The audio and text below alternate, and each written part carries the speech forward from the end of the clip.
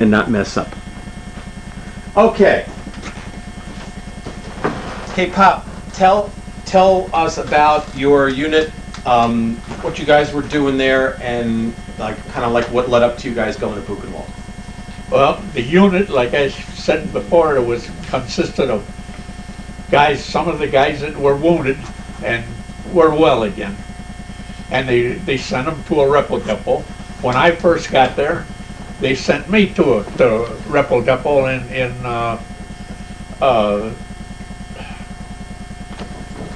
where the heck?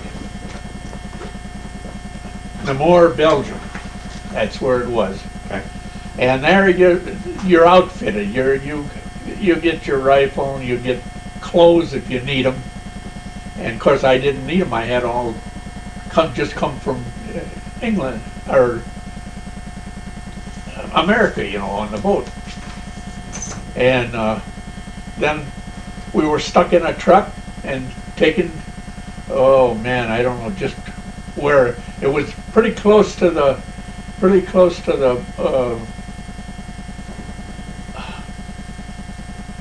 German Siegfried line, because in 2 days when we moved up, there was a long lines of dragon teeth and pillboxes that the guys already, you could see where they were all burnt.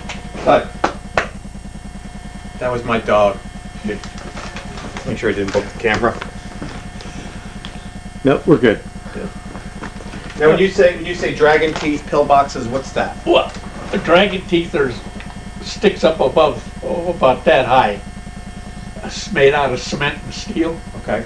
They stop tanks. Oh. And there's about five or six lines of them. Oh, for as far as the eye can see. Really? And then every once in a while you run into a pillbox that was down in the ground, and just about that much is showing, and it was round like that, and then a gun port.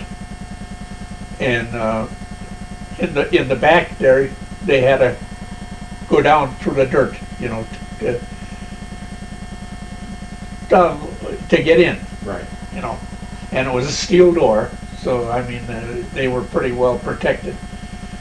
And the only way they really got rid of them, and that was burn them with flamethrowers, you know. So anyway, that's how we got there, and I didn't know a darn thing about what I was going to do until we got there, and then I did whatever our sergeant said to do, you know. And that guarding, we did guard some prisoners. We guarded bridges that the old General Patton wanted to make sure they didn't get to. We handled DPs. And those are what? What are DPs? Displaced persons. Okay. They were brought in by the Germans to work, you know. And let's see, strung wire for communications, and anything that really had to be done. That we were doing anything. The war was almost over. They didn't need no fighting personnel anymore, you know. There was enough that were being pushed. And what was the reason that your unit went there to Buchenwald? General Patton ordered it. He wanted them units to see what the Germans did and how they took care of their prisoners and that there. How much about the camp were you told ahead of time? Nothing.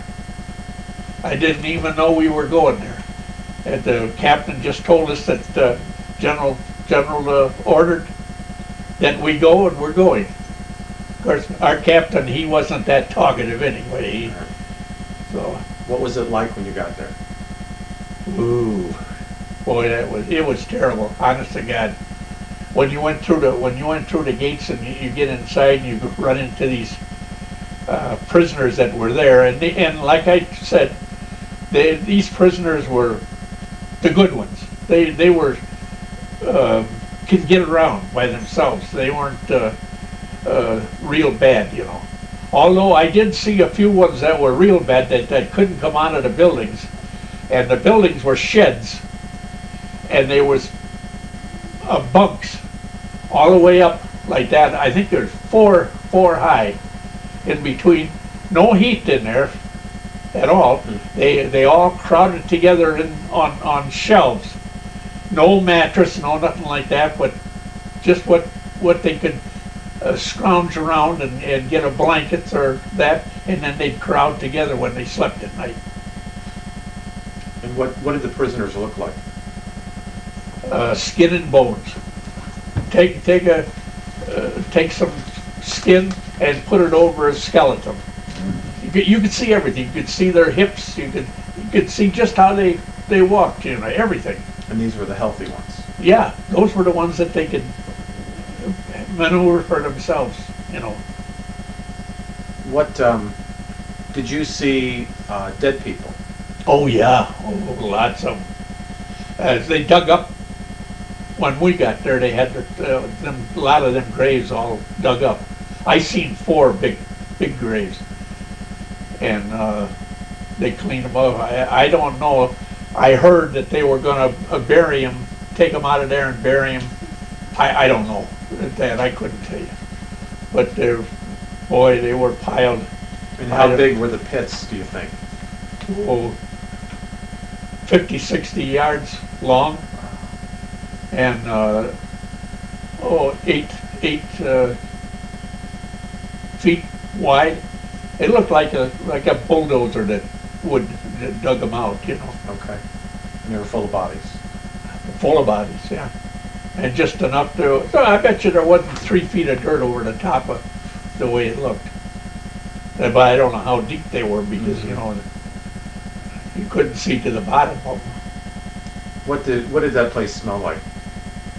Oh, rotten, awful rotten.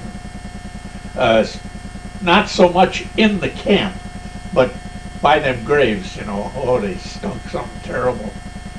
You had to know that there was something going on there the way it smelled, you know. It was really putrid. How did the other soldiers you were with, how did they react to this?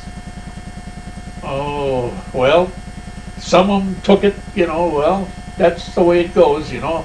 We had a couple of Jews that were with us. Them guys were just a-bawling. Some of them were, a lot of them were puking, me included. And others were hugging these prisoners, you know, there. And the prisoners would come up to you, you know, put their arms around you and hug you, and even kiss you, you know. And so they were happy to see you guys. Oh, very happy. And we weren't the first ones there, you know. I mean, we'd come, I don't know how long, days or maybe weeks later. I don't know just what it was. Were you able to talk to them at all? I couldn't because I didn't understand them. But some of them were, but they didn't talk very much anyway. Their voices were off. I don't know. They couldn't get it out, you know.